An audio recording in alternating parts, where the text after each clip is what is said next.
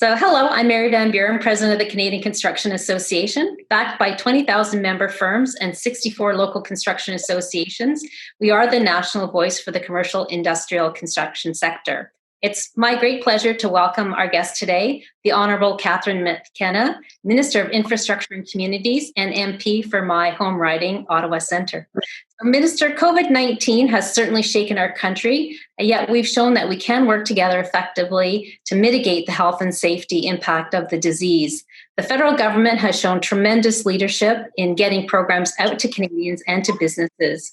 So as we're moving into recovery, the industry really appreciates the opportunity to hear from you in a few areas. And just start with, infrastructure is relatively new to you. What priorities have you set for your first year? Well, thank you very much, Mary, and thanks to all of your members for the work they're doing. I know it's a very challenging time for everyone from a health perspective, but obviously clearly from an economic perspective.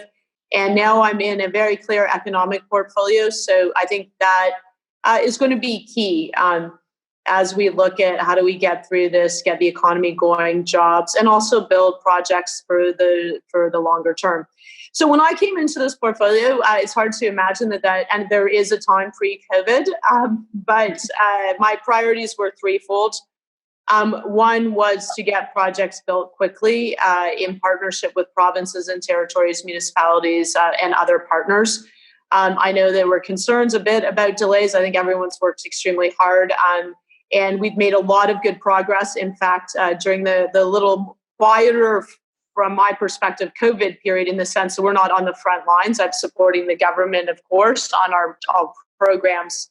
The second thing is to make sure that we're building things that are going to improve the lives of Canadians. And I think that's really, Canadians really appreciate infrastructure. It's kind of a bureaucratic word in some ways, but they appreciate not just bridges and roads, but they appreciate the high-speed broadband. I mean, now more than ever, they appreciate renewable energy. They appreciate, a whole range of things. We have programs. So for folks that don't know, our infrastructure program includes public transit, massive public transit projects and smaller ones. It includes green infrastructure, which is everything from wastewater to renewable energy to active transportation and beyond. Community culture and rec, we're doing a lot of rec centers. That's a huge opportunity in local communities. And then we have a rural and northern stream, which can have roads, bridges. Third priority is making sure we're building in a way that's resilient to climate change and that is cleaner. And that's a huge economic opportunity. I know some people might see that as a downside. We literally cannot be building if we're not thinking about the next 50 to 100 years. We look at roads and bridges that are in disrepair, often because they're impacted because of climate change. And that's becoming increasingly a challenge. And that's not just in our north, where obviously it's a huge challenge with the thawing permafrost, but that's everywhere. Flooding in particular has been a very big challenge, coastal erosion. So really thinking about how we build. And also we have an opportunity to be a real leader. And I'll probably talk about that a bit more in terms of the materials we're using, how we build. And I think a huge opportunity for the construction sector. But I guess maybe I will say post-COVID, what have I done post-COVID? I don't know if you're going to ask that question, Mary, but I think it's always important to make sure that you are constantly readjusting to circumstances. I know you have leaders in your industry, and they have to do that. And so COVID, my priority more than ever is to make sure we're approving projects quickly. We need to get I call it shovel worthy, but projects going to create jobs, recognizing that there's some significant challenges and pressure put on the industry to make sure it's safe from a construction perspective. And different provinces have taken different approaches to that, but largely construction has continued. Secondly, adjusting our streams. So as I mentioned, the 4 areas that we're focused on, we have provided more flexibility, which I think is important. Looking at the response to COVID, the immediate health and economic response. So obviously from an economic perspective, it is jobs, but it's also making sure that we do areas that we didn't necessarily do before. So that might include health infrastructure, pandemic response, retooling infrastructure so that you can respond to COVID-19. We've all seen active transportation, getting out in nature, very important. And also some opportunities like retrofitting, rebuilding municipal and provincial infrastructure. We do not normally do that, but I think those are projects that can get done relatively quickly. And so that has been our focus. And then a special stream, which is much faster in terms of approvals, focused really on jobs, where we support provinces and municipalities with taking a larger share. So, I mean, we have been doing that. It's not new money. And I know everyone wants to talk stimulus, that the Prime Minister has been clear we're not at a stimulus stage. But I am looking at how do we use our existing funding. It's $33 billion. Half of that is unallocated by provinces. So really working with provinces to identify projects and move forward. Yes, and we really were delighted with your announcement to allow for flexibility in the Invest in Canada plan. As you said, there's been quite amount, billions really on the table that have not been committed to by provinces. So allowing this flexibility is one way forward that the industry is really supportive of. So thank you for that. You mentioned, a lot of very important priorities that the federal government is working toward. How might you balance some of these, let's say, competing interests? We know the environment is a passion of yours. We do want the work to get out quickly. And then there's also this concept of shovel worthy. So how do you balance that, and how might that inform some of the priorities? So, I mean, I never really consider it to balance. You have to do both. Like as I mentioned, like we can't be building as if we're not having to think about what the future is going to look like in climate change. And just go talk to municipalities. They are on the front lines and they see that all the time. And so, where we build, how we build, what materials we use, we can be better, smarter. That's just a planning thing. I don't think it has to take longer. I know that I hear from folks, they're concerned. Do you have a climate lens? One, I just think it would be irresponsible with taxpayer dollars if you build things without thinking about climate change. If it's 100-year bridge or road or building, you have to think about, is it going to be resilient to the impacts of climate change? And also, how do we play our part in reducing emissions? We can build better. So I try to think about, how do we do things faster? With my team, we are going through to look at how, if you go through a particular process with a proposal, what are the delays and are they reasonable or not? And I'm all for getting things done quickly, but we also have to be smart about it. You don't want to go back later. I mean, if you build something poorly, it's going to be additional headaches and costs. So you can do both. I'm certainly committed to doing both, and it's a transition too. I mean, things don't happen overnight, and we still need bridges and roads. It's not like we don't need things that is maybe seen as the more traditional infrastructure pieces. But it's certainly COVID-19. I mean, it's given us reflections not just on climate, but we need to build better. Our facilities are not set up for a COVID world where, for example, you need social distance. That we need to think about that we need high-speed broadband. Everyone, we cannot not have high-speed broadband. We have to be way more ambitious. So I'm always looking for opportunities. And I know the construction sector is always innovating, looking at how do you do things more efficiently, how do you do things better. And I think also looking at Canadian materials. I'm pretty focused on that. The supply chain really matters. We should be looking at local supply chains. We've seen actually challenges with the supply chain with COVID. That's a real problem. But also we have Canadian-made products that we can be using, building materials, cross-laminated timber. One example, I know it's just one example, but I'm in San Francisco seeing Canadian, Quebec cross-laminated timber. You look at low-carbon aluminum, low-carbon concrete. I think that there are huge opportunities there too, and we can be a leader in showing the world how we do this while creating jobs, while growing our economy, and while getting good things built. Yeah, I love the theme of innovation. CCA launched a mentorship program to help match those with really interesting entrepreneurial ideas and solutions, whether that's, as you said, materials, products, processes, or technology. And what we do is we match a select group of these applicants with industry leaders to help share those ideas and help the entrepreneurs refine their ideas to make sure that they can be as adopted as possible by the industry. I wouldn't mind picking up on one of your other themes, which is around, you mentioned thinking long-term, 100 years, how these assets can survive.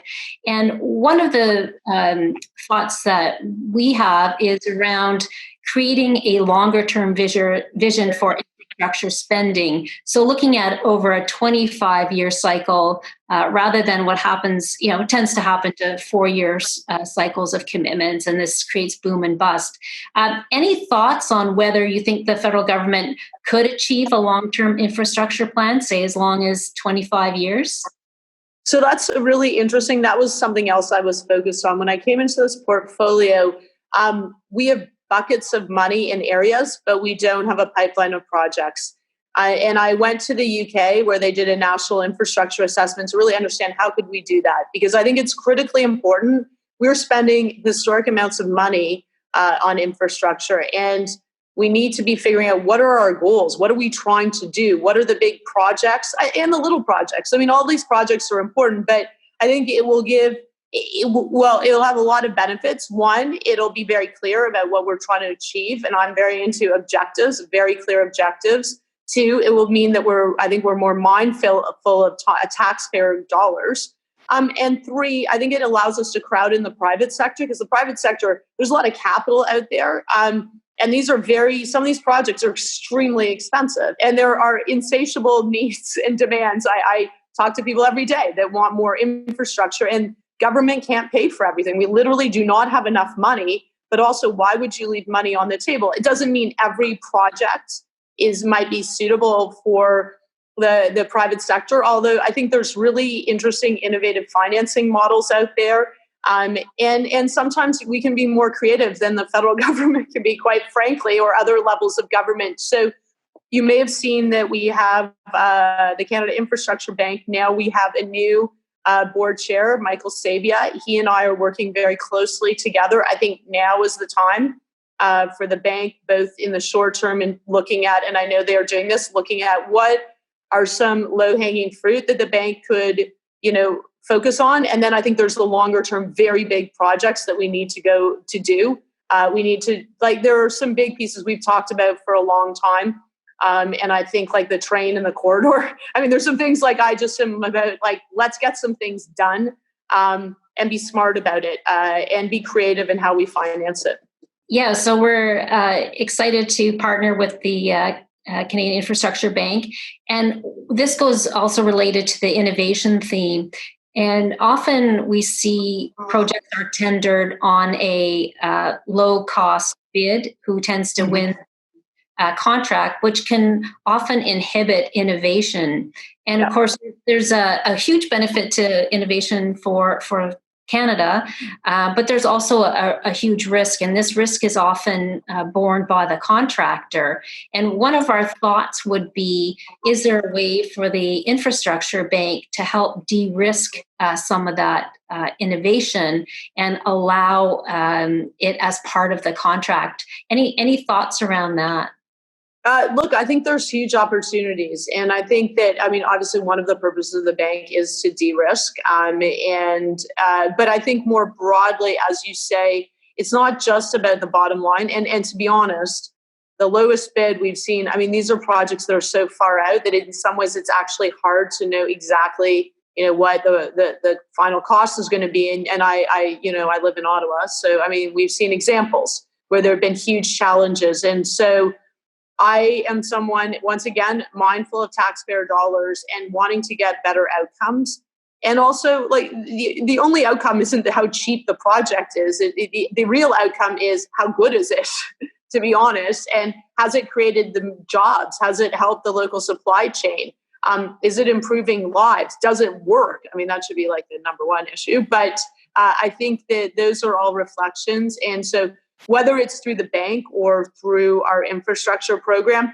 I've had some time to really dig into it. I am a kind of details minister, so I want to understand, okay, what is going on? How do projects go through our system? Are there ways that we can be faster, but are there ways we can also foster the innovation that we really need?